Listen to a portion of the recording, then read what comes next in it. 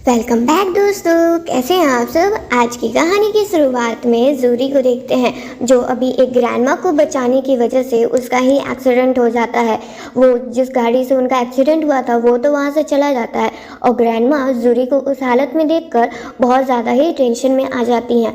और वहीं अब हॉस्पिटल में देखते हैं जब जूरी को होश आता है तब वो वहाँ पर डॉक्टर जो थे उनसे पूछती है कि वो आखिर यहाँ पर क्या कर रही है, क्योंकि उसे लग गया था कि वो अभी हॉस्पिटल में है। वहीं डॉक्टर उसे बताते हैं कि तुम्हारा एक्सीडेंट होने की वजह से तुम अभी टेम्पररी ब्लाइंड हो गई हो। और ये सुनकर जूरी को वहाँ पर बहुत ज़्यादा ही बुरा लग रहा था। और वहीं कुछ दिन के बाद घर पर दिखते हैं जहाँ जूरी के जो फैमिली मेम्बर्स थे वो उसे बुली कर रहे थे, क्योंकि उसकी आंखें चली गई थी और वो भी सिर्फ एक ग्रैंडमा को बचाने की वजह से। और वहाँ पर जो उसकी आंट थी वो उससे कहती है कि हमारे पास इतने पैसे नहीं है कि ताकि तुम्हारा आँख का इलाज भी हो सके। वहाँ पर जूरी उन्हें बताती भी है अपनी आंट को कि उसका आँख का इलाज हो सकता है, बस वो अभी टेम्पररी ब्लाइंड हो गई है, हमेशा के लिए नहीं। पर वहाँ पर आंट कहती है कि मैं तुम पर पैसे क्यों खर्च करूँ, मैंने जो भी पैसे बचाए हैं वो सिर्फ मैंने अपने बेटे के लिए बचाई है। वो भी पैसे तुम पर खर्च कर दिए तो मेरे बेटे का शादी कैसे होगा, वो नया घर कैसे लेगा और वहाँ पर अपनी वाइफ को कैसे लाएगा, क्योंकि वहाँ पर उसके अंकल आंट को दोनों को बस अपने बेटे का शादी और उसके नए घर का चिंता था। यहाँ पर उन्हें ये नहीं दिख रहा था कि जूरी का आँख चला गया है तो बस उसका इलाज करवा कर उसकी आंखें भी वापस आ सकती है। पर उनके दिल में जूरी के लिए कोई भी हमदर्दी था ही नहीं। और वहाँ पर वो सभी मिलकर बस जूरी को बुली कर रहे थे और उसे मार रहे थे। वहीं अंकल आंट के जाने के बाद जो उसका भाई था मैक्स, वो उसे बुली करते हुए कहता है कि तुम्हारी यही औकात है यहाँ पर मोजे साफ करने की और चुपचाप यही करो। और वैसे भी अब तो मेरे मॉम एंड डैड तुम्हें रखना भी नहीं चाहते हैं, क्योंकि अब तो तुम किसी काम की नहीं रही हो, तुम्हारी आंखें भी चली गई है, तो तुम्हारा बोझ आखिर हम लोग क्यों ही उठाएं। और वहीं दूसरी साइड हॉस्पिटल में देखते हैं जहाँ पर ग्रैंडमा का अच्छे से इलाज हो गया था और वो अभी ठीक लग रही थी। वहीं ग्रैंडमा अपने ग्रैंडसन आयान से कहती हैं कि आयान, तुम्हें पता है ना कि अगर तुमने उस लड़की को नहीं ढूंढा तो मुझे कितना बुरा लगेगा। उसी की वजह से मेरी आज जान बच गई है और मेरे कारण ही उसको उस एक्सीडेंट में उसका ये हाल हो गया था। वहाँ पर यान कहते हैं कि ग्रैंडमा आप चिंता नहीं कीजिए, मैं उसे ढूंढ रहा हूँ और वो जल्द ही मिल जाएगी। जहाँ तक मुझे पता है कि उसका इलाज चल रहा था पर उसके फैमिली मेम्बर ने उसे डिस्चार्ज करवा लिया है और उसे ज़बरदस्ती हॉस्पिटल से लेकर चले गए हैं, बस उसी का पता लगा रहे हैं हम लोग। पर वहाँ पर ग्रैंडमा ये सब सुनकर उन्हें और ज़्यादा बुरा लग रहा था और उन्हें लगता है कि उनके फैमिली के पास इलाज करवाने के पैसे नहीं थे, इसलिए उन्होंने जूरी को डिस्चार्ज करवा लिया है। वहाँ पर ग्रैंडमा यान से कहती है कि तुम्हें किसी भी हाल में उस लड़की को खोजना होगा ताकि हम उसका इलाज करवा सके। और वो बहुत ही प्यारी और अच्छी लड़की थी। और यहाँ तक ग्रैंडमा को इतना लग रहा था कि वो आयान की वाइफ बनने के लिए कैपेबल है और बहुत ही अच्छी है।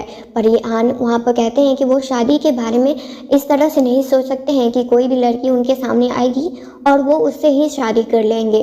पर यहाँ रहा बात जूरी का, वो उसे खोज रहे हैं क्योंकि ग्रैंडमा की उन्होंने मदद की थी। फिर उसके बाद ग्रैंडमा को रेस्ट करने के लिए बोलकर आयान वहाँ से चले जाते हैं और अपने सेक्रेटरी से बात कर रहे होते हैं उसी लड़की के बारे में। जहाँ तक उनके सेक्रेटरी बताते हैं कि उस लड़की का हालत कुछ ठीक नहीं है, उसके जो अंकल और आंट हैं वो बहुत ही ज़्यादा ही बुरे हैं उसके साथ, क्योंकि उसके लिए वो बिल्कुल भी चिंता नहीं करते हैं और उसे हमेशा बुली करते रहते हैं। ये बात सुनकर आयान को उस लड़की के लिए बुरा तो लगता है पर उन्हें बस अपना रिस्पॉन्सिबिलिटी निभाना था, क्योंकि उन्होंने उनकी ग्रैंडमा की मदद की थी। और अब उसी रात को देखते हैं जहाँ पर जूरी के सामने एक गाड़ी आकर रुकती है और उस गाड़ी में से आयान ही बाहर निकलते हैं और उसे लग रहा था कि अभी उसके सामने कौन सा प्रॉब्लम आने वाला है। जहाँ पर आयान जूरी से पूछते हैं कि तुम यहाँ इतनी लेट रात में क्या कर रही हो यहाँ रोड पर, जिस पर जूरी कहती है उसके पास बिल्कुल भी पैसे नहीं है, अगर वो उसके अंकल और आंट के द्वारा आए हैं तो प्लीज़ यहाँ से चले जाओ और उसे जाने दे, उसे जीना है, उसे किडनैप नहीं करे। और ये सब सुनकर अयान कहते हैं कि मैं तुम्हें यहाँ किडनैप करने नहीं आया हूँ, और रहा बात, मैं तो तुम्हारे अंकल और आंट को भी नहीं जानता हूँ। तब जूरी पूछती है तब आप कौन है? और तब इस पर अयान कहते हैं कि तुमने कुछ दिनों पहले मेरी ग्रैंडमा का जान बचाया था, उसी के लिए मैं तुमसे मिलना चाहता था। और ग्रैंडमा का नाम सुनकर जूरी को याद आता है और वो उनके हालचाल के बारे में सबसे पहले पूछती है, जिस पर और वहाँ पर अयान कहते हैं कि वो तो अभी बिल्कुल ठीक है, पर जहाँ रहा बात तुम्हारा, तुम तो बिल्कुल ठीक नहीं लग रही हो, तुम्हारा तो इलाज हो रहा था ना, तो तुम यहाँ पर क्या कर रही हो? जिस पर और जूरी कहती है कि उसके फैमिली के पास उसका इलाज करवाने के लिए पैसे नहीं थे। पर ये सुनकर अयान पूछते हैं तो यहाँ पर तुम अभी क्या कर रही हो? जहाँ पर जूरी कहती है कि वहाँ मेरे पास अब रहने के लिए घर नहीं है। जिस पर अयान उसे कहना चाहते थे कि तुम मेरे साथ चल सकती हो, मुझे ऐसे भी जो भी तुम्हारे मेरे ग्रैंडमा के लिए किया उसके लिए मुझे मदद तो करना ही पड़ेगा तुम्हारा। इसी वजह से जूरी उनके साथ चली जाती है और वो उन्हें अंकल कहने लगती है, जिस पर अयान कहते हैं कि मैं तुम्हें अंकल दिखता हूँ? ओह, तब जूरी कहती है मैं अच्छे से देख नहीं सकती ना आपको, और आपका जैसा बिहेव था उस हिसाब से मुझे लगा कि आप काफ़ी मैच्योर हैं, इसी वजह से। पर अब अयान इस पर कोई बहस नहीं करना चाहते थे, इसलिए वो जूरी को रहने देते हैं कि वो उसे जो कहना है वो कहकर उन्हें पुकार सकती है।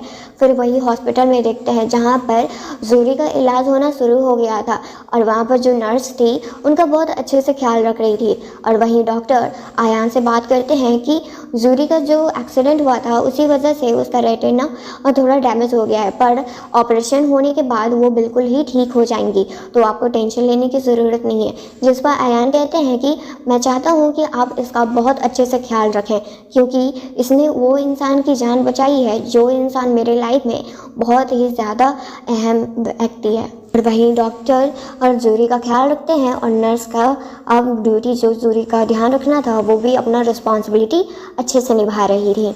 पर अयान के पास उनके सेक्रेटरी आते हैं डॉक्टर के जाने के बाद, और वो उनसे कहते हैं कि जूरी एक अडॉप्टेड गर्ल है, और जिस फैमिली में उसने इतने साल रहा था उस फैमिली ने उसे बहुत ही ज़्यादा टॉर्चर और बुली किया था।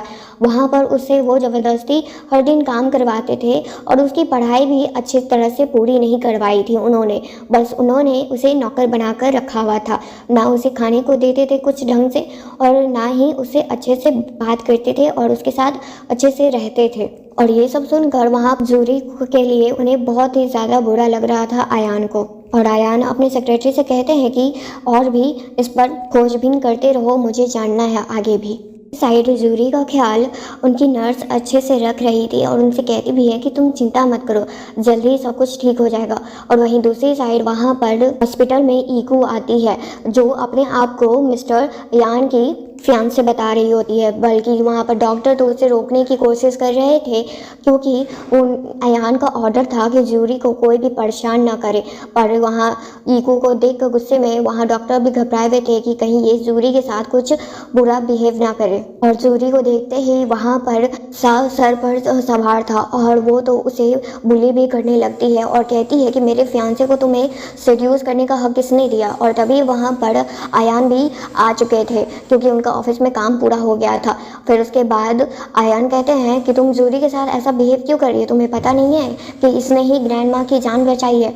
और ये बात सुनकर ईकू वहाँ और ज़्यादा घबरा जाती है, क्योंकि ग्रैंड माँ का जो एक्सीडेंट करने वाला कोई और नहीं बल्कि ईकू ही थी, और ईकू का प्लान फेल करने की वजह भी अब जूरी बन गई थी। तो ईकू तो पहले घबराई हुई थी कि कहीं जूरी ने अयान को सब कुछ बता तो नहीं दिया, पर जब उसे पता चला था कि वो ब्लाइंड है तब उसे थोड़ा रिलीफ फील हो रहा था, क्योंकि ईकू को अब लग रहा था कि जूरी कुछ भी अयान को नहीं बताई है। और यहाँ पर बस उसे इस बात का घबराहट था कि कहीं अयान को गलती से भी उसके हरकत के बारे में पता ना चल जाए। तभी वहाँ पर सेक्रेटरी आते हैं और कहते हैं कि अभी तक उस ड्राइवर का पता नहीं चला है जिन्होंने ग्रैंडमा का एक्सीडेंट करवाने का कोशिश किया था, पर अभी तक हम लोग अपना जांच पड़ताल छोड़े नहीं है और जल्दी उसके बारे में पता चल जाएगा। ये सब सुनकर ईको और ज़्यादा घबरा जाती है कि अगर इन्हें पता चल गया कि इनकी ग्रैंडमा का जान लेना किसका प्लान था, तब वहाँ पर ईको का प्लान अयान से शादी करने का पूरी तरह से फेल हो जाता। पर वहाँ पर अयान कहता है कि यहाँ पर झूठा अफवाह लेकर यहाँ तुम मेरा टाइम वेस्ट करने आई हो? तुम्हें पता है ना कि मैं तुम्हारा फियांसे नहीं हूँ, तो ये झूठ मूठ का दूसरों के सामने नाटक करना बंद करो और यहाँ से चली जाओ। और वहाँ से जाने के बाद ईगो किसी को और को कॉल करती है और कहती है कि तुमने वो सीसीटीवी कैमरा को डिस्ट्रॉय कर दिया है ना, अब क्योंकि यहाँ पर एक विटनेस भी है, उसका भी ठिकाना लगाना होगा। फिर उसके बाद जूरी आयान से बात करती है और कहती है कि मेरी वजह से आपको इतना प्रॉब्लम हो रहा है तो प्लीज़ मुझे जाने दीजिए। जिस पर आयान उससे कहते हैं कि इसमें तुम्हारी कोई गलती नहीं है, और वैसे भी ग्रैंडमा का जो मर्डरर है उसे मैं जल्द ही ढूंढ लूँगा, और मेरे शादी को लेकर तुम कंफ्यूज ना हो, क्योंकि वो मेरी कोई फियांसे नहीं है। पर यहाँ पर जूरी को लग रहा था कि आयान उसे झूठ बोल रहे हैं ताकि उसे बुरा ना लगे, पर यहाँ पर जूरी को ये बात थोड़ी पता थी कि आयान जो भी बोल रहे हैं वो सच है। वहाँ पर तो ईगो ही झूठ मूठ का बस नाटक कर रही थी। फिर उसके बाद आयान और अपने सेक्रेटरी को जूरी पर नज़र रखने के लिए कहते हैं और उसकी रक्षा करने के लिए भी। फिर उसके बाद वो लोग ग्रैंडमा से मिलने के लिए जाते हैं और आयान ग्रैंडमा को सब कुछ सच बता देते हैं कि वहाँ पर ईगो आकर तमाशा क्रिएट कर रही थी और सभी के साथ सभी को कहती है कि वो उसके फियांसे हैं। और ये सब सुनकर वहाँ पर ग्रैंडमा और गुस्सा हो जाती हैं और कहने लगती हैं कि उसकी इतनी हिम्मत हो गई है कि तुम्हारी वाइफ बनना चाहती है, तुम्हारी फियांसे बनना चाहती है, मेरे रहते हुए ऐसा कभी हो ही नहीं सकता था। और शायद इसी वजह से ईगो ग्रैंडमा को अपने रास्ते से हटाना चाहती थी। ग्रैंडमा एक बात और कहती हैं कि वहाँ ईगो जिस फैमिली में है वो फैमिली उसने ईगो को अडॉप्ट किया था, क्योंकि उनकी रियल डॉटर बहुत सालों से मिसिंग थी बचपन से ही, और इसी वजह से उनकी मॉम ने एक बेटी को गोद लिया था और उसका नाम ही ईगो था। पर उसकी इतनी हिम्मत हो गई है कि अपना जगह भूलकर ये सब कदम ले रही है, क्योंकि बचपन में ही आयान का उस घर की बेटी से शादी फिक्स हो गया था, और इसी वजह से ईगो को लगता है कि वो अब उस घर की बेटी है, तब आयान का शादी उससे ही होगा। बल्कि ये बात उसे पता नहीं थी कि जिससे उसका शादी फिक्स हुआ था उसी से ही होगा उसका शादी। और यहाँ पर ग्रैंडमा कहने लगती हैं कि जूरी तुम्हारे लिए बहुत अच्छी है, मैं चाहती हूँ कि तुम अब उसी से शादी कर लो। जिस पर आयान कहते हैं कि मैं उसे बस उसका इलाज करवाने के लिए यहाँ लाया हूँ, ना कि अपनी वाइफ बनाने के लिए। पर वहाँ पर ग्रैंडमा जिद करने लगती हैं और कहती हैं कि अगर तुम मेरी बात नहीं मानोगे तो मैं अब अपना आगे का इलाज नहीं करवाऊंगी। और ग्रैंडमा का ये जिद सुनकर आयान के पास कोई दूसरा रास्ता नहीं था हाँ करने के अलावा। फिर उसके बाद बाहर आकर आयान और अपने सेक्रेटरी से वो बात करते हैं और सेक्रेटरी उनसे पूछते हैं कि आप क्या सही में जूरी से शादी करने वाले हैं। जिस पर आयान कहते हैं कि अगर ग्रैंडमा की खुशी इसी में है तो मैं ये भी करने को तैयार हूँ। और सेक्रेटरी ये आगे पूछते हैं कि अगर जूरी नहीं मानी तो आयान कहते हैं वो कैसे नहीं मानेगी, मैं हूँ ना, मैं मना लूँगा उसे। वहीं दूसरी साइड जब आयान जूरी से मिलने आने वाले थे तभी डॉक्टर कहते हैं कि जूरी तो मिल ही नहीं रही है, वो बाहर कहीं चली गई है। और ये सब सुनकर आयान बहुत ज़्यादा घबरा जाते हैं और फिर उसके बाद उसे जगह जगह खोजते हैं और जब जाकर उन्हें वो मिलती भी हैं। और कुछ लोग उसे ज़बरदस्ती अपने साथ लेकर जा रहे थे क्योंकि वो ब्लाइंड थी और बेचारी थी, इसीलिए उसका मिसयूज़ करना चाहते थे। पर आयान सही टाइम पर आकर उसे बचा लेते हैं और हॉस्पिटल में वापस लाते हैं और उससे कहते हैं कि तुम इस तरह से मुझे छोड़कर क्यों चली गई, तुम्हारा इलाज भी अभी पूरा नहीं हुआ है। जिस पर जूरी उनसे कहती है कि मैं अब पर कोई बोझ नहीं बनना चाहती हूँ, इसीलिए मैं यहाँ से आपको बिना बताए चली गई थी और मुझे पता है कि मेरी वजह से शायद आपकी शादी भी टूटने वाली थी। पर यहाँ पर आयान कहते हैं कि मैंने तुम्हें पहले भी कहा है मैं उस लड़की से शादी नहीं करने वाला हूँ और ना ही वो लड़की मेरी मंगेतर है। और रहा बात मेरी शादी का, तो मैं अपनी शादी तुम्हारे साथ करना चाहता हूँ। और ये सब सुनकर वहाँ जूरी थोड़ा नर्वस हो जाती है और उसे बिलीव नहीं हो रहा था जो वो सुनी थी क्या वो सच था। जिस पर आयान कहते हैं कि देखो, अगर तुम्हें अपने ऑपरेशन के खर्चों के लिए थोड़ा बोझ लग रहा है कि तुम किसी पर बोझ नहीं बनना चाहती हो, तुम मुझसे शादी कर लो। मैं जो भी कुछ अब करूँगा अपनी वाइफ के लिए, उसके लिए सब कुछ करूँगा। और वैसे भी मेरे अलावा मुझे नहीं लगता कि तुम्हारा कोई है। और इसी वजह से जूरी शादी के लिए हाँ भी कर देती है। और आयान बताते भी हैं कि उसकी ग्रैंडमा ने उसे बहुत ज़्यादा ही पसंद कर लिया है, इसी वजह से वो उससे शादी भी करना चाहते हैं। और अब जूरी को लगा था कि उसके आगे पीछे तो कोई है नहीं, तो जो उनके सामने है वो उन्हीं को एक्सेप्ट कर ले। और अब अगले दिन ही जूरी और आयान का शादी पूरा हो जाता है और जूरी अपनी न्यू लाइफ के लिए बहुत ज़्यादा ही एक्साइटेड थी। वो वहाँ पर बाहर निकल कर अपने मैरिज सर्टिफिकेट को देखना चाहती थी, क्योंकि भले ही वो देख नहीं पाती थी पर अभी के लिए वो बस महसूस करना चाहती थी। और उसे बिलीव नहीं हो रहा था कि वो अब शादीशुदा है और उसे इतना अच्छा इंसान मिला है लाइफ पार्टनर के रूप में। और तभी जूरी के पास उसकी आंट का कॉल आता है, जो उससे बहुत ही अब्यूजिव वे में बात कर रही थी, गाली देते हुए, और उसे बहुत बुरा भला कह रही होती है। और ये सब सुनकर आयान को अपने कानों को भरोसा नहीं हो रहा होता है कि इतनी प्यारी इतनी अच्छी लड़की को कोई कैसे इस तरह से उसके साथ बिहेव कर सकता है। और ये सब सुनकर वहाँ पर आयान को बहुत ही ज़्यादा गुस्सा आता है और वो गुस्से में उसका फ़ोन वहीं पर तोड़ देते हैं और कहते हैं कि आज से तुम्हारा कोई ये पीछे नहीं था और आगे आने वाला, और अभी के लिए सिर्फ मैं हूँ और मेरी ग्रैंडमा तुम्हारी ग्रैंडमा है और हम भी तुम्हारी फैमिली है। और ये सब सुनकर जूरी को बहुत ही ज़्यादा अच्छा लग रहा था कि कोई उसे सपोर्ट कर रहा था। पर वही दूसरी साइड तो आंट और अंकल दोनों ही जूरी पर बहुत गुस्सा कर रहे थे कि वो इस तरह से भाग गई थी। बल्कि जूरी इसलिए उस घर से भागी थी उस टाइम क्योंकि वो लोग उसका एक ओल्ड मैन से शादी करवाने वाले थे, पैसों के लिए भी, क्योंकि वही ओल्ड मैन अब अंकल और आंट को परेशान कर रहा था, क्योंकि जो पैसे उन्होंने लिए थे उस लड़की के बदले यानी जूरी के बदले, वो लड़की तो उन्हें मिली नहीं और पैसे लेकर अंकल आंट अपने पास रख लिए थे। इसी वजह से वो दोनों घबराहट में जूरी को कॉल करते हैं और उसे बुली करने लगते हैं। पर अब उनका ये प्लान भी फेल हो जाता है क्योंकि अब उनके बीच में आयान खड़ा था। फिर उसके बाद अब आयान को अपने ऑफिस के लिए जाना होता है क्योंकि उन्हें बहुत ही काम था और जूरी उनसे कहती है कि मेरी वजह से आपका टाइम भी शायद वेस्ट हो रहा है। जिस पर आयान कहते हैं कि तुम मेरी वाइफ हो अब, और मेरे लिए जो भी टाइम होगा वो तुम्हारे लिए भी है और इसमें कुछ बुरा नहीं है। और अब तुम्हारे फ़ोन का जो टूट गया है वो काफ़ी पुराना हो गया था, मैं तुम्हें नया दिला दूंगा, तो तुम चिंता मत करो। और वही रास्ते में जब आयान और जूरी जा रहे होते हैं तभी वहाँ पर ईकू के मॉम और उसका भाई देख लेता है और मॉम उसे देखते ही यानी जूरी को उससे कहने लगती है अपने बेटे से यानी जैन से कि वो तुम्हारी बहन है, मैं एक ही नज़र में उसे पहचान सकती हूँ, जो उतने साल पहले खो गई थी वो मिल चुकी है।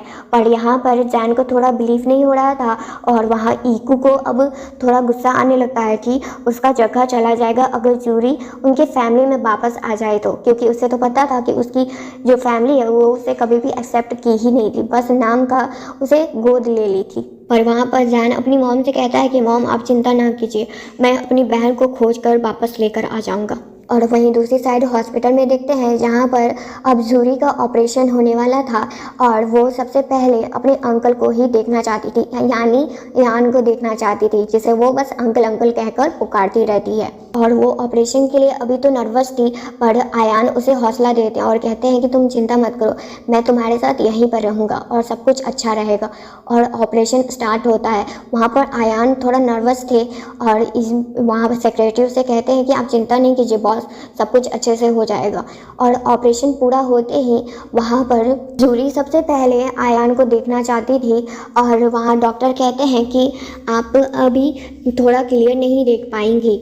वहाँ डॉक्टर जब उनका पट्टी खोलने वाले थे तब। और वहीं दूसरी साइड उससे पहले यहाँ जैन अपनी बहन यूको को कहता है कि मैं जानता हूँ कि तुम क्या सोच रही हो, पर तुम्हें ये बात भूलना नहीं चाहिए कि हमने तुम्हें बहुत ही प्यार लाड प्यार से प्यार किया था, बड़ा किया है, पर इसका ये मतलब नहीं है कि तुम जो भी कुछ गलत काम करोगी मैं उसमें तुम्हारा साथ दूंगा और मुझे अपना भाई कहना बंद करो। और वहीं दूसरी साइड जूरी बहुत ज़्यादा ही एक्साइटेड थी और डॉक्टर से कहने लगती है कि मेरा पट्टी जल्दी से खोलिए, मुझे अपने हस्बैंड को देखना है। पर वहाँ पर आयान कहते हैं कि इतना जल्दीबाजी मत करो, मैं तो तुम्हारे साथ ही हूँ, क्योंकि अभी पट्टी नहीं खुलने वाला था, वो ऑपरेशन अभी हुआ है, इसी वजह से कुछ टाइम लगेगा। और अब जूरी अपने न्यू घर में आती है अपने हस्बैंड के घर पर, जहाँ वो घर अब उसका भी था। और जूरी को उस घर में आते ही थोड़ा महसूस होने लगता है कि वो घर थोड़ा बड़ा लग रहा है। और यहाँ पर आयान उससे झूठ बोलते हैं कि नहीं नहीं, ये तो नॉर्मल सा बस एक अपार्टमेंट है और कुछ भी नहीं, और यहाँ पर मैं बहुत ज़्यादा बिजी रहता हूँ, इसलिए मेरे घर में एक वर्कर रहती है जो ग्रैंडमा का भी ख्याल रखती है। और वहाँ जूरी इस बात पर बिलीव भी कर लेती हैं और वहाँ जो मेड थी वो इन सब बातों को सुनकर उन्हें लगता है कि आखिर बॉस अपनी वाइफ से झूठ क्यों बोल रहे हैं। फिर उसके बाद अकेले में आयान उससे बात करते हैं और कहते हैं कि जूरी के साथ अभी बहुत कुछ हुआ है, मैं नहीं चाहता कि उसे हर चीज़ इतना जल्दी जल्दी पता चले, मैं उसे आराम से हर चीज़ बताना चाहता हूँ। और उनकी मेड भी इसी चीज़ में उनका साथ देती हैं। और जब वो दोनों बात कर रहे थे तभी जूरी के पास कॉल आता है और वो उसकी क्लासमेट का कॉल था, जो उसे बताती है कि उसके कॉलेज से उसे निकाल दिया गया है क्योंकि उसके अंकल आंट ने कहा कि वो अब ब्लाइंड हो चुकी है इसी वजह से। और ये सब सुनकर जूरी घबरा जाती है और वहाँ आयान जब उनके पास आते हैं तब कहते हैं कि तुम चिंता मत करो, मैं सब कुछ ठीक कर दूँगा और तुम्हें अब किसी की भी ज़रूरत नहीं होगी, मैं तुम्हारे साथ हूँ ना, और तुम्हारी पढ़ाई मैं पूरी करवाऊँगा। ये सब सुनकर जूरी को बहुत ही अच्छा लगता है। और उसी रात को देखते हैं जहाँ पर जूरी के पास पेपर था, जहाँ पर एक गार्जियन का साइन चाहिए था न्यू कॉलेज में उसका एडमिशन जो हो गया था, और वो इस सिटी का सबसे बड़ा कॉलेज था जहाँ पर अब जूरी पढ़ाई करने वाली थी। पर एक दिक्कत की बात ये भी थी कि वहाँ उस कॉलेज में ईकू भी पढ़ाई करती थी और ये कॉलेज किसी और का नहीं बल्कि जैन का था, यानी ईकू के भाई का कॉलेज था ये। और जब उस रात वो साइन करवाने आई थी, अभी तो जूरी देख नहीं सकती थी, इसलिए वो गलती से आयान के साथ ही गिर जाती है बेड पर और उन दोनों में थोड़ा रोमांटिक मोमेंट आ तो जाता है। पर आयान अभी अपने आप को कंट्रोल कर रहे थे और जूरी से कहते हैं कि तुम इस तरह से यहाँ वहाँ मत भटको, अभी तुम्हें रेस्ट की सबसे ज़्यादा ज़रूरत है। और वो उसके पेपर को जो लाई थी जूरी उस पर साइन भी कर देते हैं वो। पर उसके बाद उन दोनों में थोड़ा ऑकवर्ड मोमेंट भी आ जाता है, जिसकी वजह से अगली सुबह ये देखने को मिलता है वहाँ पर जूरी और आयान एक दूसरे से ज़्यादा बात नहीं करते हैं और उनकी मेड ये सब कुछ अच्छे से देख पा रही थी। और वहीं अब कॉलेज में देखते हैं जहाँ पर अपनी बेस्ट फ्रेंड से मिलती है, जो वहाँ पर उससे मिलकर बहुत टाइम बाद बहुत ज़्यादा खुश थी। और वहाँ जूरी अपने एक्सीडेंट के बारे में और साथ ही अपने शादी के बारे में भी बताती है कि वो अब शादीशुदा है। और यही सब सुनकर वहाँ पर उसकी फ्रेंड बहुत ही ज़्यादा चौंक जाती है कि वो अचानक से ये सब क्या सोच रही है और क्या देख रही है। जूरी जो उसकी बेस्ट फ्रेंड है भोली भाली सी, वो अब शादीशुदा है। पर ये सब देखकर वहाँ पर उसकी दोस्त कहती है कि कहीं तुम्हें उल्लू बना के कोई बूढ़ा इंसान तुमसे शादी तो नहीं कर लिया। जिस पर जूरी उसे कहती है नहीं नहीं ऐसा कोई बात नहीं है, वो तो मुझे बहुत ही ज़्यादा अच्छा लगता है और मुझे नहीं लगता कि वो बूढ़ा इंसान है और मुझसे झूठ बोलेगा वो। और वहीं पर ईकू भी आती है अपनी कुछ दोस्तों के साथ और वो आते ही वहाँ पर उसकी दोस्त यानी जूरी को और उसकी दोस्त को बुली करने लगती है। और वहीं दूसरी साइड थोड़ा आयान को घबराहट लग रहा था, पर वो अपनी मीटिंग में बहुत ज़्यादा ही बिजी थे, इसी वजह से जब जूरी का कॉल आने वाला था तब वो कॉल भी नहीं उठा पाते हैं। और वहीं दूसरी साइड ईकू उसे बहुत ज़्यादा बुली करती है और कहने लगती है कि तुम्हारी इतनी हिम्मत हो गई है, एक गरीब जैसी लड़की हमारे कॉलेज में आई है और जो बिल्कुल भी अमीर नहीं है, और इस अंधी लड़की से आगे शादी किसने किया है। जिस पर जूरी कहती है मेरे हस्बैंड के बारे में कुछ भी बुरा भला मत बोलो। और ये सब सुनकर ईकू को और गुस्सा आता है कि तुम्हारी इतनी हिम्मत होगी कि मेरे सामने मुंह लगाओगी तुम। अब और फिर उसके बाद उसकी दोस्त लोग दोनों को पकड़कर बहुत ही ज़्यादा बुली करती है और ईकू तो उसका वीडियो बनाने लगती है और एक दोस्त उसका कपड़ा खोलने की भी ट्राई करने लगती है। पर जब कॉल उसके हस्बैंड तक पहुंच जाता है तब जूरी तुरंत बोलती है कि मुझे बचा लीजिए। और बचाने का वर्ड सुनते ही वहाँ आयान कुछ ही देर में वो कॉलेज वापस पहुँच चुके थे और उन सभी को अच्छे से सबक सिखाते हैं। और ईकू को तो अपनी आंखों पर भरोसा नहीं हो रहा था कि वो अपनी आंखों के सामने क्या देख रही है, और क्योंकि जिसे उस लग रहा था कि वो उसका हस्बैंड होने वाला है वो अब किसी और का हस्बैंड था। और उसके सामने ईकू जो आयान के सामने अपना अच्छा चेहरा बनाई हुई थी वो सब भी अब पूरी तरह से बर्बाद हो चुका था, क्योंकि आयान को पता चल गया था कि अब ईकू किस टाइप की लड़की है और उसके सामने प्रूफ भी आ गया था। ईकू ऐसा इसलिए कर रही थी क्योंकि उसे लग रहा था कि जूरी जब अपनी आंखें खोल लेगी तब वो उसका सारा सच बता देगी आयान को कि उसके ग्रैंडमा का एक्सीडेंट के पीछे कौन थी। और आयान अब उन सभी को अच्छे से सबक सिखाते हैं और जूरी वहीं पर बेहोश हो गई थी तो वो उसे तुरंत हॉस्पिटल लेकर जाते हैं, जिस पर डॉक्टर उसे कहते हैं कि वो बहुत ही ज़्यादा घबरा गई थी, इसी वजह से उनके साथ ये सब कुछ हुआ था। और हॉस्पिटल में जब जूरी को वापस होश आता है तो वो अपनी दोस्त से बात कर रही होती है और उसकी दोस्त बताती है कि क्या तुम्हें सही में पता है कि तुम्हारा हस्बैंड कौन है। पर जैसे ही ये बात बताने वाली थी उसकी दोस्त तभी आयान आ जाते हैं और उन दोनों का अकेला छोड़कर उसकी दोस्त चली जाती है वहाँ से। और यहाँ पर आयान कहते हैं कि तुम चिंता मत करो, तुम्हारे साथ कुछ भी बुरा नहीं होने वाला है और सॉरी मैं तुम्हारे लिए टाइम पर नहीं आ पाया। जिस पर जूरी कहती है नहीं, आखिरकार तुम आए तो सही, मेरी जान बचाने आखिरकार तुम भी तो वापस आए हो। और वहीं दूसरी साइड आयान का एक और रूप देखते हैं जहाँ पर वो ईकू की फैमिली को पूरी तरह से अब बर्बाद करना चाहते थे, क्योंकि उनकी वाइफ के साथ जो कुछ हुआ था वो बिल्कुल भी उनके बर्दाश्त के बाहर था। इसी वजह से फिर उसके बाद कुछ देर बाद ही वहाँ पर आयान और जूरी के सामने जैन और ईकू आते हैं और वहाँ पर वो दोनों उससे माफ़ी मांग रहे होते हैं। खासकर ईकू तो माफ़ी नहीं मांग रही होती है बल्कि जैन ही अपनी बहन के बदले वहाँ पर माफ़ी मांगने वाले थे, पर जूरी उन्हें मना कर देती है और कहती है इसकी कोई ज़रूरत नहीं है। पर यहाँ पर आयान कहते हैं कि मैं तुम्हें अपनी वाइफ की वजह से माफ़ कर रहा हूँ, अगर आगे से ऐसा कुछ हुआ तो मुझसे बुरा कोई भी नहीं होगा तुम्हारे लिए और तुम्हारी फैमिली के लिए। वहाँ पर जैन इसी वजह से जूरी को थैंक यू कहना चाहते थे और जब वो उसके पास देखते हैं तब उसके गर्दन पर वो बर्थ मार्क देख लेते हैं जो उसकी बहन पर भी था, जो बचपन में खो गई थी। और जब जैन और ईकू वहाँ से बाहर आते हैं तब ईकू कहती है कि तुमने उस लड़की से माफ़ी तो मांग लिया और आयान से भी, तो अब मेरा कार्ड अनफ्रीज कर दो। और ये सब सुनकर वहाँ पर जैन को और गुस्सा आता है और कहता है कि तुम्हें ज़रा सा भी पता है कि तुमने क्या कितनी बड़ी गलती की है और यहाँ पर तुम्हें बस अपने पैसों की पड़ी है। वहाँ पर जैन कहते हैं कि अब तुम हमारे घर की कोई भी नहीं लगती हो, तो अपना बोरिया बस्ता बांध कर वहाँ से चली जाओ।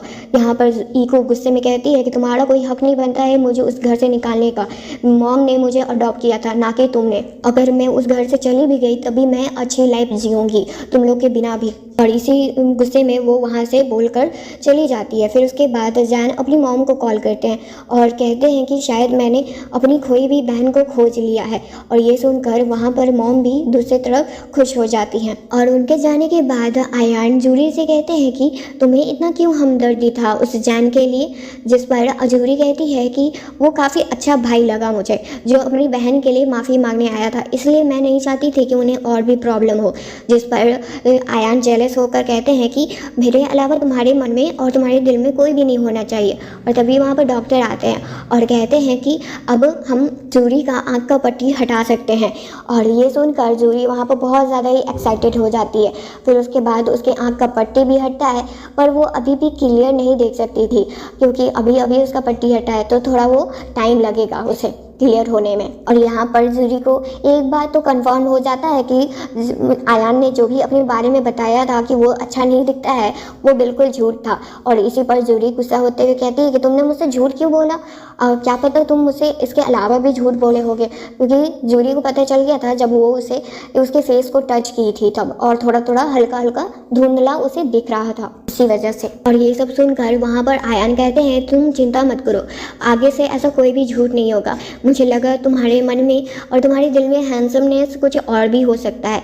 जिस पर जूरी कहती है कि मुझे तो तुम ही हैंडसम सबसे ज़्यादा लगते हो। और वहीं दूसरी साइड जैन के घर पर देखते हैं जहाँ पर अभी ईकू आई थी कुछ आदमियों के साथ और उस घर से वो अपना सारा सामान लेकर जा रही थी, जो देखकर जैन को बहुत गुस्सा आता है। पर मॉम उसे रोक देती और कहती है कि इसे जो करना है करने दो, और अपने सारे सामान को लेकर वहाँ से हमेशा हमेशा के लिए चली जाती है वो। और मॉम उसके जाने के बाद रोने लगती है और कहती हैं कि मैंने तो इसके लिए सब कुछ किया था पर शायद इसने कभी मुझे अपना माना ही नहीं। पर जैन प्रॉमिस करते हैं कि आप चिंता नहीं कीजिए मॉम, मैं अपनी रियल सिस्टर को खोज कर लेकर आऊँगा। और वहीं हॉस्पिटल में देखते हैं जहाँ पर आयान के पास ग्रैंडमा का कॉल आया हुआ होता है और वो वहाँ पर ग्रैंडमा अपनी ग्रैंड डॉटर इन लॉ के बारे में पूछ रही होती हैं कि वो अभी कैसी है। जिस पर आयान कहते हैं आप चिंता नहीं कीजिए, उसका आँख का पट्टी भी हट गया है और वो अब बहुत जल्द घर भी आने वाली है। और यहाँ पर ग्रैंडमा उसे घर पर मिलकर उससे बहुत ज़्यादा खुश होती हैं और जूरी भी अपनी ग्रैंडमा से और मिलकर बहुत ज़्यादा खुश थी। इसी रात को देखते हैं जहाँ पर जूरी आई हुई थी अपने नाइट ड्रेस में, और वहाँ पर वो अचानक से आयान को किस कर लेती है, जिसकी वजह से आयान थोड़ा घबरा जाते हैं और कहते हैं कि ये क्या कर रही हो तुम। और यहाँ पर जूरी के मन में इसलिए ये सवाल था क्योंकि उसकी दोस्त ने पूछा कि क्या तुमने और तुम्हारे हस्बैंड ने कभी एक दूसरे को किस भी किया है अभी तक, जिस पर जूरी कहती है नहीं ऐसा तो नहीं है। पर वहाँ पर फिर उसके बाद उसकी दोस्त उसे कुछ कुछ आइडियाज़ देती है और यहाँ पर वही आइडियाज़ को अप्लाई कर रही होती है जूरी, पर उसका सारा प्लान फेल हो जाता है और आयान उसे सोने के लिए भेज देता है और कहता है कि इसकी अभी कोई ज़रूरत नहीं है, तुम अभी बस पूरी तरह से ठीक हो जाओ। और यहाँ पर आयान उसके जाने के बाद बहुत घबराहट में कहता है कि पता नहीं किसने इसे ये सब कुछ सिखाया था, और वो अपने वेडिंग रिंग को निकाल कर देखता है और कहता है कि तुम चिंता मत करो, हम दोनों एक दूसरे के बहुत जल्द ही करीब होंगे, बस हमारी शादी प्रॉपर वे में पूरी तरह से हो जाए अब। और यहाँ दूसरी साइड तो जूरी को लग रहा था कि उसकी दोस्त सच ही कह रही थी कि उसके हस्बैंड उसे प्यार नहीं करते हैं, इसी वजह से वो उसे उसके पास और उसे टच नहीं करते हैं। और उसी दिन जूरी अपनी मेड का एक बात सुन लेती है कि मिस्टर आयान शादी करने वाले हैं, और अब जूरी को लगता है कि शायद जूरी से वो प्यार नहीं करते, इसी वजह से वो दूसरी शादी करने वाले हैं। और ये गलतफहमी की वजह से जूरी उस घर से बिना बताए किसी को चली जाती है। और जब ग्रैंडमा और आयान को इस बारे में पता चलता है और उनके घर की मेड को, तब वो सब बहुत ज़्यादा परेशान हो जाते हैं। और यहाँ दूसरी साइड जूरी उनको पता नहीं ऐसे ही चलते चलते वो कहाँ पर पहुँच जाती है, पर उसी बीच में उसका भाई जो मोगला भाई था वो मैक्स उसे पता कर लेता है और उसे ज़बरदस्ती अपने साथ लेकर जाना चाहता था, और ताकि वो उसे अच्छे दाम पर बेच सके। पर जूरी उन सभी से पीछा छुड़ा कर वहाँ से भाग जाती है, पर मैक्स और उसके मॉम एंड डैड इतना आसानी से हार मानने वाले नहीं थे। जूरी इसी तरह से चलते चलते एक जंगल के साइड पहुँच चुकी थी, पर उसके पीछे पीछे मैक्स और अंकल और आंट भी पहुँच चुके थे। और जूरी घबराहट में अपने हस्बैंड को कॉल करने वाली थी, पर तभी वहाँ पर आंट उसका फ़ोन छीन कर लेती हैं और उससे कहती है कि ओह अच्छा, तो तुमने नया फ़ोन भी ले लिया, इसी वजह से हम तुम्हें कांटेक्ट नहीं कर पा रहे थे। पर सही टाइम पर वहाँ पर आयान पहुँच जाते हैं और अपनी वाइफ को बचा लेते हैं और उन सभी को बहुत मारते भी हैं। और आंट अपना मौका देखते ही जूरी पर हमला बोल देती हैं और उसे एक कांच के नोक पर दबाकर उसे आयान से सब कुछ जो भी उसके पास था वो हथियाना चाहती थी। और तीनों मिलकर जूरी को जरिया बनाकर आयान के पास जो रॉयल रॉयस का कार था वो भी उससे छीन लेते हैं, और जूरी कम से कम इस वजह से बच तो जाती है। पर तभी वहाँ पर सेक्रेटरी कुछ आदमियों के साथ आते हैं और उन तीनों को पकड़ लेते हैं, और उन तीनों का बहुत अच्छे से धुलाई भी होता है। और जूरी ये सब देख कर वहाँ और ज़्यादा उसे बुरा लग रहा था कि जिस फैमिली के लिए उसने इतना कुछ किया इतने सालों तक, अभी भी उसकी फैमिली बस उससे फ़ायदा ही निकलवाना चाहती थी। और यहाँ पर जूरी कहती है कि आयान, मुझे पता है कि तुम दूसरी शादी करने वाले हो, पर मैं चाहती हूँ कि तुम मुझे बस एक मौका दो, मैं तुम्हारी अच्छी वाइफ बनूंगी। जिस पर आयान कहते थे ये तुम कैसी बातें कर रही हो, मैं शादी करने वाला हूँ पर किसी और से नहीं बल्कि तुमसे ही। और ये सुनकर वहाँ पर जूरी बहुत ज़्यादा खुश हो जाती है और आयान अपने दिल का बात भी बताते हैं और कहते हैं कि मैं तुमसे बहुत ज़्यादा प्यार करता हूँ जूरी।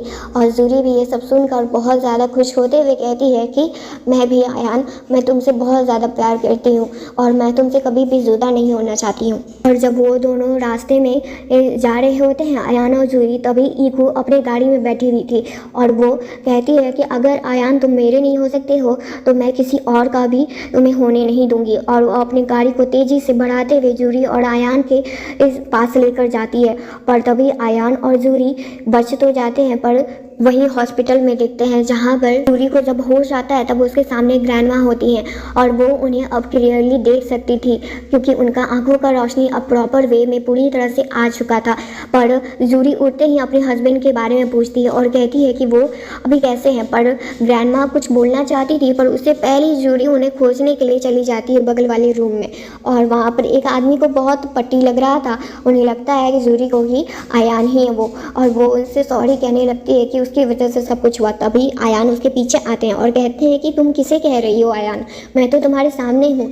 और आयान को सही सलामत देखकर जूरी उन्हें जोर से गले से लगा लेती है और कहती है कि मैं बहुत खुश हूँ कि तुम बिल्कुल ठीक हो। और वहाँ पर आयान भी बहुत खुश थे कि अब जूरी क्लियरली देख सकती थी। फिर उसके बाद आयान जूरी को वहीं पर सभी के सामने प्रपोज कर देते हैं जहाँ पर जूरी शादी के लिए उनसे हाँ कह देती है। और इसी तरह से कुछ दिन बीत जाते हैं और जूरी और आयान एक दूसरे के साथ बहुत ज़्यादा खुश थे। और आज जूरी अभी भी कुछ कंप्लेंट ज़रूर करती थी कि तुमने अपने आइडेंटिटी के बारे में भी मुझसे झूठ कहा था, पर वहाँ पर आयान कहते हैं कि उस समय वो ज़रूरी था इसीलिए, पर आगे से कोई भी झूठ नहीं बोला जाएगा तुम्हारे सामने। और वहीं पर ईको को भी पुलिस गिरफ्तार करके लेकर चली जाती है और वो अभी जेल में थी। और वहीं आयान के घर पर और जैन और उसकी मॉम आती है और जूरी को देखते ही मॉम बहुत ज़्यादा खुश हो जाती हैं। और आयान कहते हैं कि तुम लोग यहाँ पर क्या करने आए हो, तुम्हारी बहन जेल में चली गई तब भी तुम्हें संतुष्टि नहीं है, तुम्हारी कंपनी को मैंने छोड़ दिया इसलिए क्योंकि मेरी वाइफ ने कहा था। और यहाँ पर जैन कहते हैं कि हमें कुछ बताना है और वो बताते हैं कि जूरी उनकी बहन है जो बहुत साल पहले खो गई थी। और यहाँ पर मॉम भी इस बात को प्रूफ कर देती है, यानी जैन की मॉम को। और जूरी अपनी न्यू फैमिली यानी जो उसकी असली फैमिली थी उससे मिलकर बहुत ज़्यादा खुश हो जाती हैं।